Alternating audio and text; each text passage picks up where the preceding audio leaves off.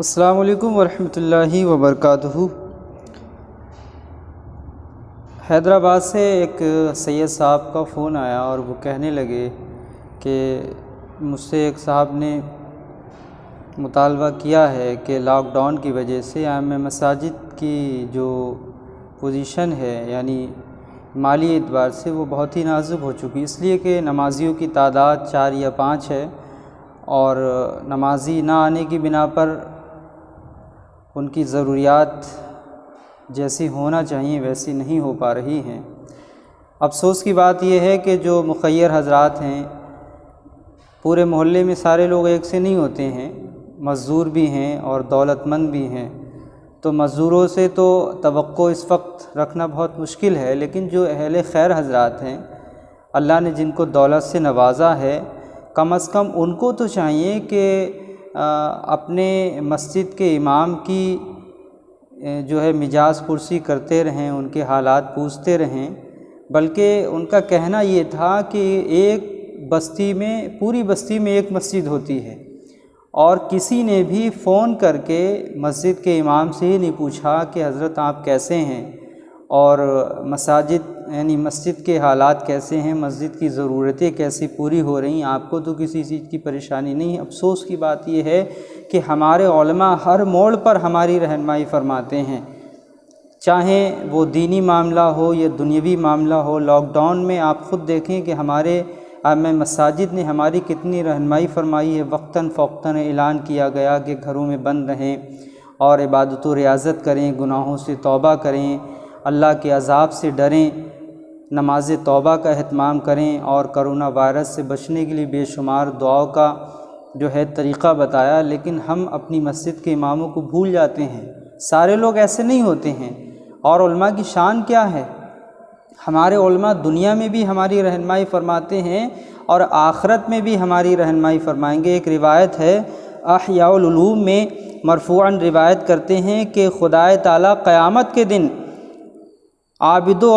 اور مجاہدوں کو حکم دے گا کہ جنت میں جاؤ۔ علماء عرض کریں گے الہی انہوں نے ہمارے بتلانے سے عبادت کی اور جہاد کیا، حکم ہوگا کہ تم میرے نزدیک بعض فرشتوں کے مانند ہو، شفاعت کرو کہ تمہاری شفاعت قبول ہوگی۔ پس علماء پہلے شفاعت کریں گے پھر جنت میں جائیں گے۔ ذرا غور کریں کہ لوگ جب جنت میں جانے کا موقع ہوگا تو لوگ تیزی کے ساتھ جنت کی طرف اپنا رخ کریں گے، لیکن ہمارے علماء پہلے اپنے ماننے والوں کو، پہلے اپنے چاہنے والوں کو جنت میں داخل کرائیں گے، پھر اس کے بعد جنت میں جائیں گے۔ اور سیدی سرکار اعلیٰ حضرت فرماتے ہیں کہ مدرسین کی بیش قرار تنخواہیں ان کی کارروائیوں پر دی جائیں، اور آپ فرماتے ہیں جو ہم میں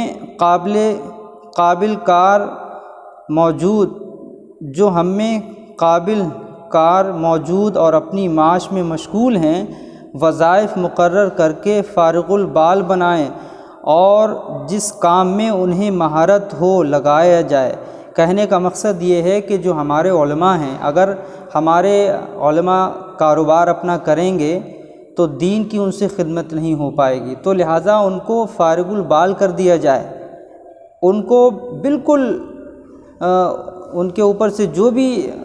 فیملی کی ضروریات ہوتی ہیں کاروبار کے معاملات کو لے کر، تو ان کو فارغ البال کر دیا جائے اور ان سے دین کا کام لیا جائے، اور ان کی ضرورتیں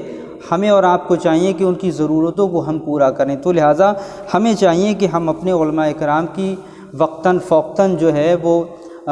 مدد تو نہیں کریں گے، ہدیہ تشکر پیش کرتے رہیں ان کی بارگاہ میں۔ علماء ہر موڑ پر ہماری رہنمائی فرماتے ہیں، اور علماء کا مقام کیا ہے، علماء کا منصب کیا ہے۔ بادشاہ ہارون رشید جب بادشاہ کے دربار میں کوئی عالم آتے تو بادشاہ ہارون رشید تخت شاہی سے اٹھ جایا کرتے تھے، تو آپ کی رعایا نے کہا کہ سرکار امیر المومنین، اگر آپ اس طریقے سے علماء کے ادب کے لیے اٹھیں گے تو آپ کا روب جو ہے وہ چلا جائے گا۔ تو آپ نے فرمایا کہ میرا روب و میری سلطنت اگر جائے تو چلی جائے، لیکن میں علماء کے ادب میں کمی نہیں رکھوں گا۔ تو لہٰذا میں مؤدبانہ گزارش کروں گا کہ ائمہ مساجد جو آپ کے محلے کی مسجد کے امام ہیں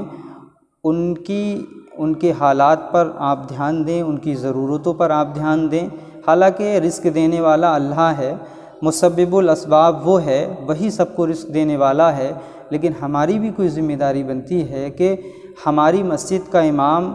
لاک ڈاؤن میں کس قدر لوگ ڈرے ہوئے ہیں، گھر سے باہر نہیں نکل پاتے ہیں، لیکن 5 وقت کی نماز چاہے بارش ہو آندھی ہو، لیکن ہماری مسجد کا امام مسجد میں پہنچ کر نمازیں بھی ادا کراتا ہے ہمیں، اور ہمارے لیے اہل بستی کے لیے دعا بھی کرتا ہے۔ بارش ہو، جنازہ تیار ہے تو وہ بارش کا انتظار نہیں کرے گا کہ بارش رکے تب ہم جائیں، بلکہ بارش کے موسم میں بھی وہ قبرستان ہمارے ساتھ جاتے ہیں۔ تپتی دھوپ ہے لیکن پھر بھی وہ ہمارے ساتھ جاتے ہیں۔ جیسا موقع ہوتا ہے ہمارے علماء، ہمارے ائمہ مساجد ان کی رہنمائی فرماتے ہیں۔ تو لہٰذا میں آج کی اس کلپ کے ذریعے سے آپ سے گزارش کروں گا کہ جہاں جہاں ائمہ مساجد ہیں، آپ کے محلے میں امام ہیں، ان کو آپ ہدیہ تشکر پیش کریں، ان کی ضرورتوں کو آپ پورا کریں اور زیادہ سے زیادہ ان کی طرف توجہ دیں۔ اللہ تعالی ہم سب کو عمل خیر کی توفیق عطا فرمائے اور علماء کرام کا ادب کرنے کی توفیق عطا فرمائے۔ السلام علیکم۔